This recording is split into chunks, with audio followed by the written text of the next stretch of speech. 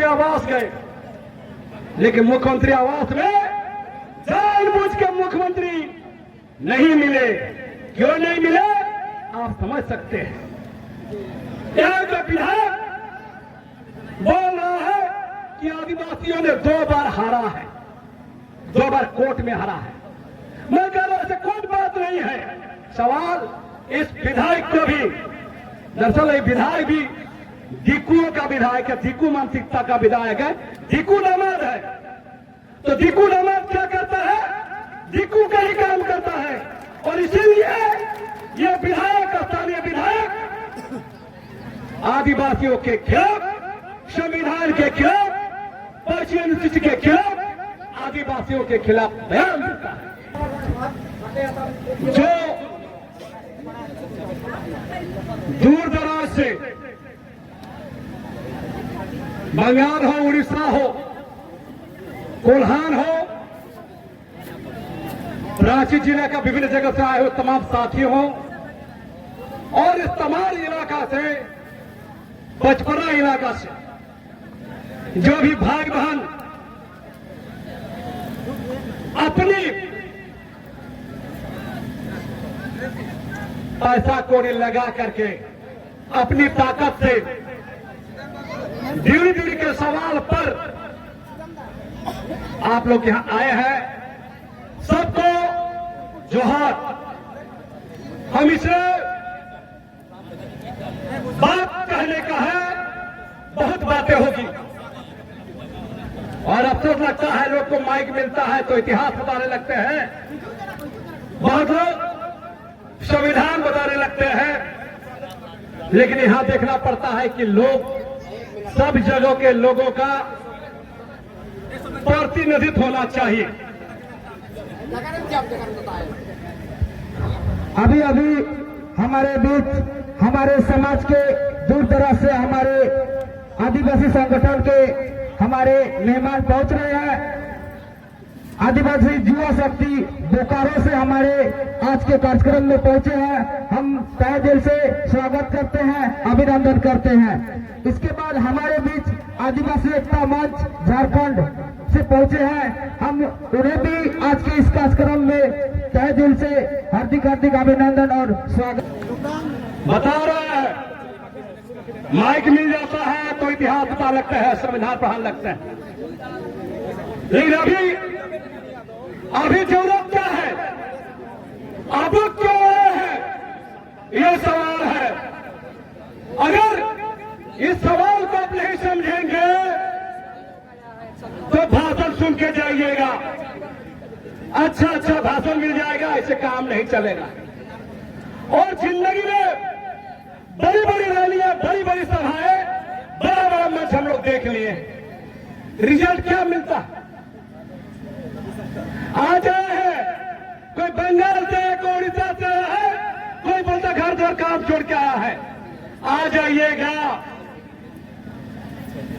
और कल चल जाइएगा और फिर कोई मामला आएगा, फिर जमा होइएगा, आप लड़ते रहिएगा, लुटाते रहिएगा।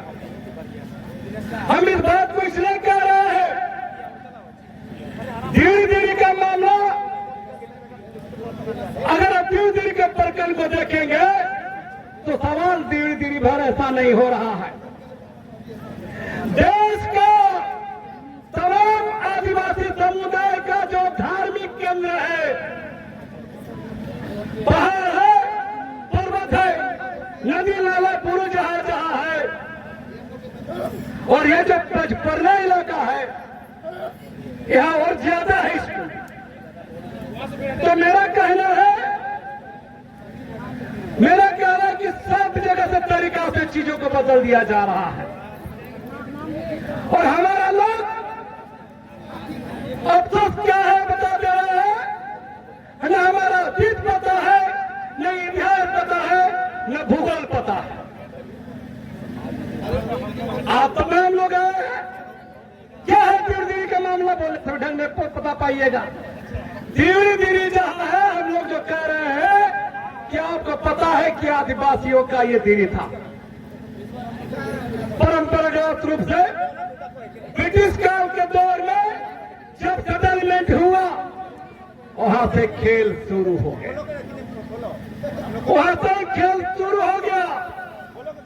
और वही कैडेस्ट्रल सर्वे, सीएम सर्वे में जो ड्यूरी का प्यारे मुंडा खानदान का जमीन है, आरएस खाता आते आते, रीजनल सर्वे आते आते मुंडा का जमीन पंडा का हो गया। ये समझना है, मुंडा का जमीन पंडा का हो गया। तो सवाल है, इस देश का कौन कानून के तहत आदिवासी का जमीन गैर आदिवासी के पास चला गया? और उन्हें राजस्व दस्तावेज में, राजस्व दस्तावेज कहता है कि पंडा को राजा दान दिया। भाई राजा कैसे दान देगा? इसलिए कि 1906 में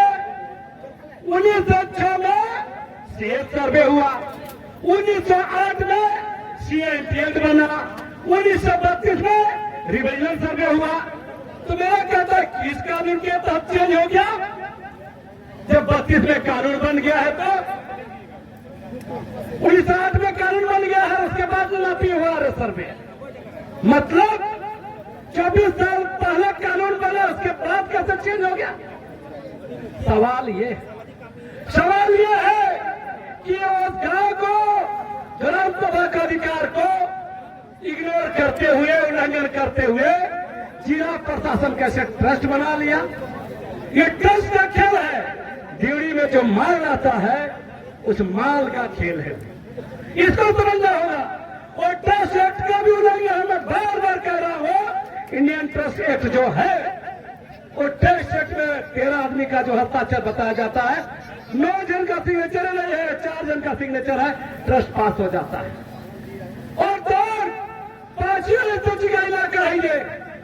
जब भारत सरकार या राज्य सरकार को किसी भी प्रयोजन के लिए जमीन लेना होता है, कुछ कानून बनाना होता है, कुछ करने का जरूरत होता है, तो राज्यपाल की सहमति लेना जरूरी होता है।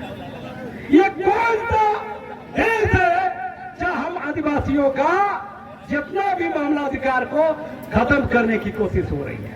अब इस बात को बहुत बड़ा गोल गोल बोलने से नहीं होगा, वस्तुस्थिति को समझना होगा। सुतिया में से लेकर आपका मरणपुर से लेकर रजप्पा से लेकर तमाम देखिएगा आदिवासियों का व्यक्तिगत स्थल है, वह तरीका से चेंज किया जा रहा है। और इसीलिए मैं बार बार कहता हूं, धार्मिक विवाद बनना नहीं है।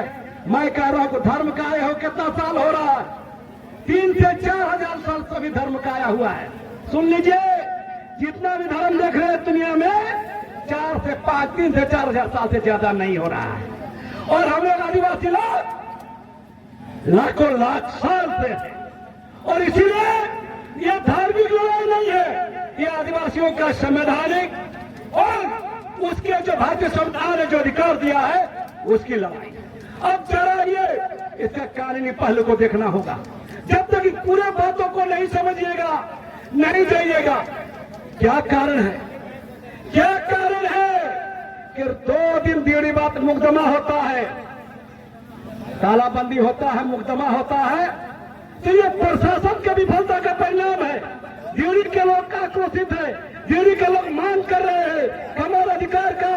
तो प्रशासन को सोचना चाहिए था, प्रशासन के लोग सुन ले कि प्रशासन का था एसडीओ, डीएसपी, तमाम जो प्रशासन है उसको तुरंत पहल लेके मामले का समाधान की ओर बढ़ना था, लेकिन नहीं हुआ। 500 आदिवासी बंदी हुआ, तालाबंदी हुआ, मुकदमा हुआ, 2 लोग जेल गए और लोग का मुकदमा में नाम आए। मेरा इस पर कहना है कि इसके बावजूद 2 दिन यहाँ के लोग मुख्यमंत्री आवास गए, लेकिन मुख्यमंत्री आवास में जानबूझ के मुख्यमंत्री नहीं मिले। क्यों नहीं मिले आप समझ सकते हैं। यहाँ का विधायक बोल रहा है कि आदिवासियों ने 2 बार हारा है, 2 बार कोर्ट में हारा है। मैं कह रहा हूं ऐसे कोई बात नहीं है। सवाल इस विधायक को भी, दरअसल ये विधायक भी दिक्कुओं का विधायक है, दिक्कू मानसिकता का विधायक है, दिक्कू नमाज है। तो दिक्कू दामाद क्या करता है? दिक्कू का ही काम करता है। और इसीलिए ये विधायक, स्थानीय विधायक आदिवासियों के खिलाफ, संविधान के खिलाफ, पर्ची अनुसूची के खिलाफ, आदिवासियों के खिलाफ बयान देता है। ये आप लोग को तय करना होगा। ऐसे दिक्कुओं का दामाद लोग को रिजेक्ट करना होगा। और ये बात बता रहे आप लोग को, जो भी दिक्कुओं का जो दामाद बनेगा, दिक्कुओं से रिश्तेदारी करेगा, दिक्कुओं के साथ घर बार जुड़ेगा, वो आपका नहीं हो सकता है, बता रहे हैं। अगर आप लोग सोचते हैं कि करिया है, आदिवासी है, मुंडा है, उड़ा है, संताल है, काम आपका नहीं करेगा, बता रहे हैं। और ये बता रहे हैं, इस राज्य के अंदर में अर्जुन मुंडा, बाबूलाल मरांडी, शिबू सोरेन, हेमंत सोरेन, तमाम लोग तो आदिवासी हो गए। क्यों मिला आदिवासी को? आदिवासी तो पहले भी लड़ता था, आज भी लड़ रहा है। तो मेरा कहना है कि इससे नहीं होगा। आप न पार्टियों से न नेताओं से नहीं बदलेगा। आप लोग भरम में बता रहे हैं। आदिवासियों का जन आंदोलन ही रास्ता है, जन आक्रोश ही रास्ता है। और जन आक्रोश, जन आंदोलन क्यों? पार्टियों को डराने का, राजनेता को डराने का, जैसे नॉर्थ ईस्ट में होता है, असम में होता है, मणिपुर में होता है, मिजोरम में होता है, वहां का समाज से, वहां का पार्टी का नेता लोग भी डरता है। और ये डर, ये खौफ, ये फायदा आप लोग को करना होगा। और नहीं करने से आप नहीं बच सकते हैं। आदिवासियों के लिए मेरा यही संदेश है। और इसीलिए मैं कहता हूं, तमाम चीजों को भुला जाइए।